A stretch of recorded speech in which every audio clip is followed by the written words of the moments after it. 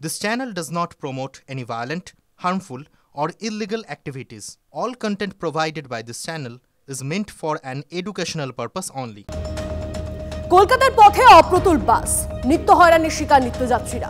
এই অভিযোগ নিয়ে প্রশাসনিক বৈঠকে পরিবহন মন্ত্রীকে তীব্র ভর্ৎসনা করলেন মুখ্যমন্ত্রী।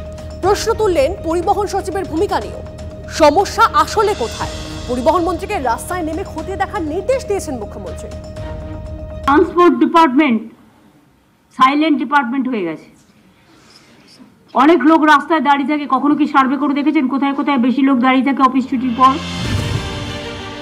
স্কুল, কলেজ, অফিস কিংবা কোনো কাজে যাতায়াতের জন্য বাসের ওপর নির্ভরশীল অসংখ্য মানুষ।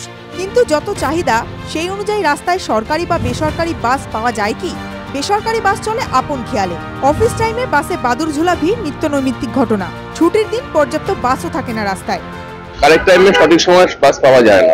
কোনো সময় আমি এখানে ওয়েট করেছি প্রায় 1 ঘন্টা। রাজচন্দ্রপুর করুণাময়ী পাওয়াই যাচ্ছে না। ছুটির পরে আমরা দীর্ঘক্ষণ দাঁড়িয়ে থাকার পরেও বাস পাই না। নবান্নে প্রশাসনিক বৈঠকে এই সমস্ত অভিযোগ তুলে পরিবহন মন্ত্রী স্নেহাশিস চক্রবর্তীকে ভর্ৎসনা করলেন মুখ্যমন্ত্রী। প্রশ্ন তুললেন পরিবহন সচিবের ভূমিকা নিয়ে। শহরের কোথায় কোথায় বাসের সমস্যা আছে দ্রুততা চিহ্নিত করার নির্দেশও দিলেন মুখ্যমন্ত্রী। বাসের ফ্রিকোয়েন্সি বাড়লে তারা যাতায়াত করতে পারে। আমার চোখেতে প্রায় পড়ে। মিনিস্টার নিজে কখনো ভিজিট করেছেন সারপ্রাইজ কলকাতার জায়গাগুলো নিয়ে? ট্রান্সপোর্ট সেক্রেটারি করেছে কখনো? আমরা ফ্রিকোয়েন্সি বাড়িয়েছি কিছু, এবং কিছু কথার অর্থ কি? কিছু কথার কোনো অর্থ হয় না। তুমি একটা ট্রান্সপোর্ট মিনিস্টার, তোমাকে মাথায় রাখতে হবে কিছু কথার কোনো উত্তর নেই। মানুষ যাতে অফিসে যাবার সময়, অফিস ফেরত বা অন্যান্য সময় ঠিকমতো যাতায়াত করতে পারে সেটা দেখতে হবে। কলকাতায় মাঝে মাঝে ঘুরে দেখো ওয়ার্কিং ডে গুলোতে কোথায় কোথায়, শুধু কলকাতায় একটা জায়গায় গেলে হবে না, সারা কলকাতা ঘুরতে হবে। মুখ্যমন্ত্রীর এই অভিযোগ যে নেহাত অমূলক নয় তা বোঝা যাবে সল্টলেক সেক্টর 5 এলে। তথ্য প্রযুক্তি নগরী, কিন্তু রাত বাড়লে এখানে কি অবস্থা হয় জানেন? বাসে যেতে হলে বাদুড়ঝোলা ভিড় সামলাতে হবে, আর অটোয় যেতে গেলে এরকম লম্বা লাইন। সেক্টর 5 আইটি হাব, সেখানে এরকমই গণপরিবহনের হাল। যাবেন দাদা? করুণাময়ী যাওয়ার জন্য কি এরকম ভিড় হয় প্রচন্ড? এর চেয়ে বেশি ভিড় হয়। আপনাদের মানে রীতিমতন বাদুড়ঝোলা হয়ে যেতে হয়?